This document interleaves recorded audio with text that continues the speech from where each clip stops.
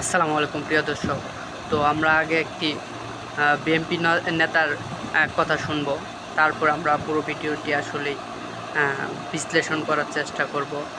আসলে এখানে বক্তার কি দূত ছিল এবং কি আওয়ামী লীগের মতোই বিএনপি নেতারা আচরণ করছে কিনা, এটা আসলে আপনাদের কাছে বিচার থাকবে। এবং আমরা যা দেখতে পাচ্ছি বিএনপি কত দূরে এগিয়ে গিয়েছে সে বিষয়টি আসলে আমরা দেখার চেষ্টা করবো। ভিডিওতে দেখি আমরা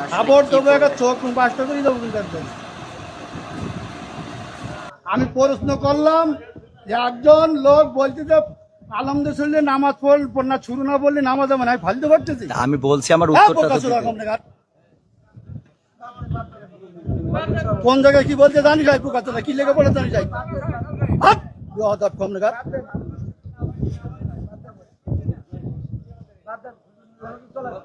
একদম বাস্ত করে দেবো সব একদম।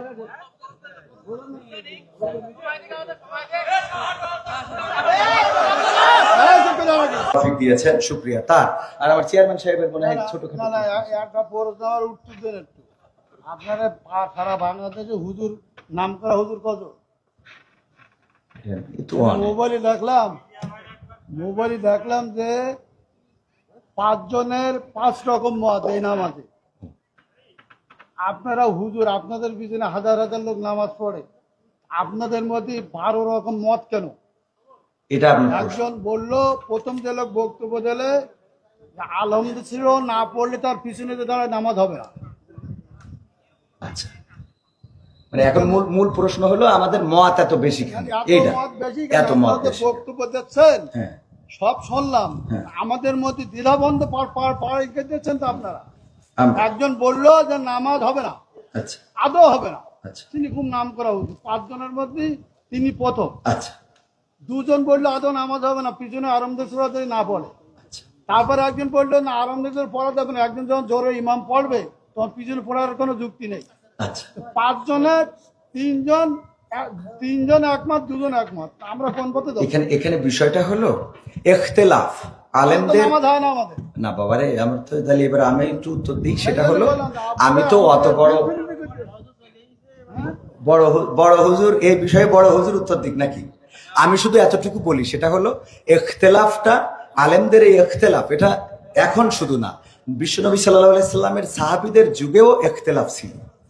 এটা মত পার্থক্য থাকবে। আপনি একজন চেয়ারম্যান, বাংলাদেশে অসংখ্য চেয়ারম্যান আছে না নাই? তো সব চেয়ারম্যান কি একই সুরে কথা বলে? বলেন, ইসলামের মধ্যে ভেদাভেদ হবে কেন? চেয়ারম্যানই করে একদিনই, যার ইসলাম একদিনই।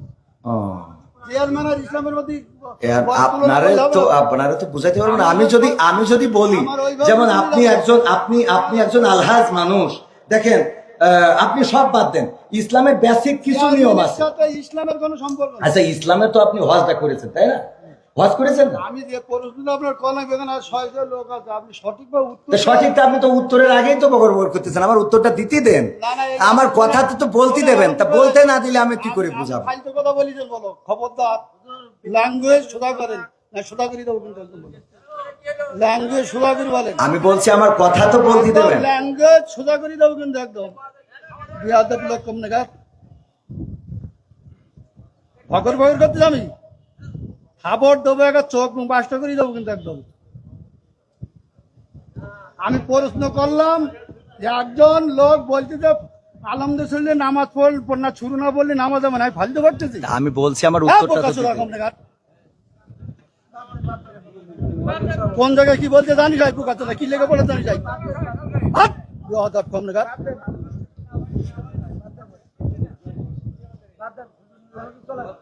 একদম বাস্ত করে দেবো সব একদম।